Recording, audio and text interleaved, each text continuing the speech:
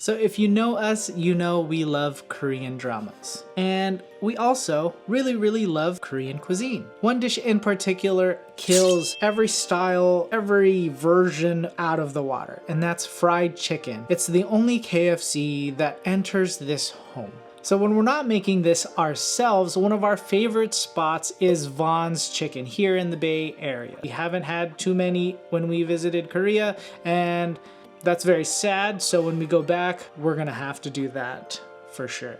But till then, Von's is our standard. We really love their fried chicken. The one thing I don't get is how the Koreans have mastered this crispity, crunchity, how they mastered this delicious chicken, like, amazes me. It is literally one of my favorite fried chickens out there, and today we're going to be talking about what makes Korean fried chicken oh so tasty and crispy, and we're going to share our recipe with you. But before we get into it, hello to all of our new friends. Welcome to our channel. We are all about pursuing our passions and living our best life today.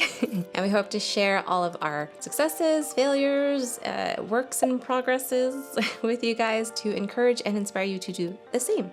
So if you're down and you want to do this too and live your best life and just join this crazy adventure, hit the subscribe and the bell, and let's get going. So if you've ever had the pleasure of having the many flavors of a Korean fried chicken, then you know it is mind-boggling. Did you just say mind-boggling? How crunchy and tasty it is. First off, most places do a double fry method, where the first fry renders out the fat from the skin and partially cooks the chicken at a lower temperature. The second fry fully cooks the chicken and then gets it to that super duper crunchy texture.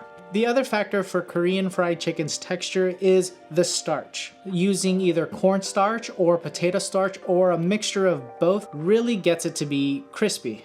Another important ingredient is baking powder. It creates these little tiny bubbles right when the chicken hits the oil, creating an even crazier textural experience. So enough talking. Those are pretty much the main reasons why Korean fried chicken is super crunchy, super crispy, and really tasty, and honestly holds pretty well. Like, it travels really well. Let's get into the kitchen. I hope you're excited, because I am.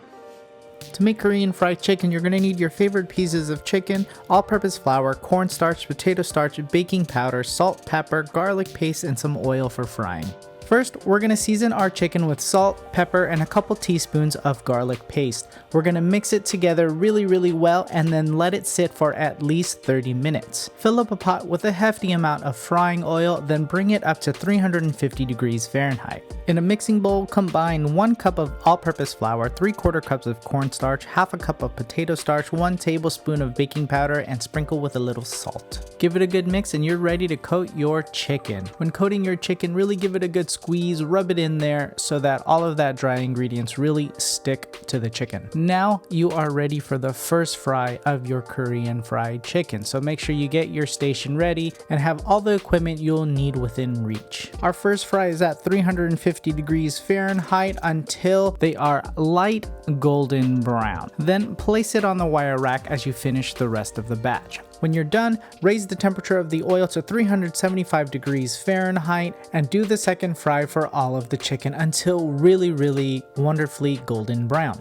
For our honey garlic paste, you're going to need honey, soy sauce, and garlic paste. In a medium sauce pot, pour 1 cup of honey and let it start to get a bubble. Let it start to simmer and loosen up. Then you're going to add 1 tablespoon of soy sauce and 1 tablespoon of garlic paste. Give it a good mix, let it reduce a little bit, and then combine that sauce with your wonderfully crunchy golden brown chicken and enjoy. You can make so many different sauces, so really the sky's the limit to what kind of flavor profiles you want to give this. If you liked the video, don't forget to give it a thumbs like and subscribe, and we'll see you in the next one. Bye!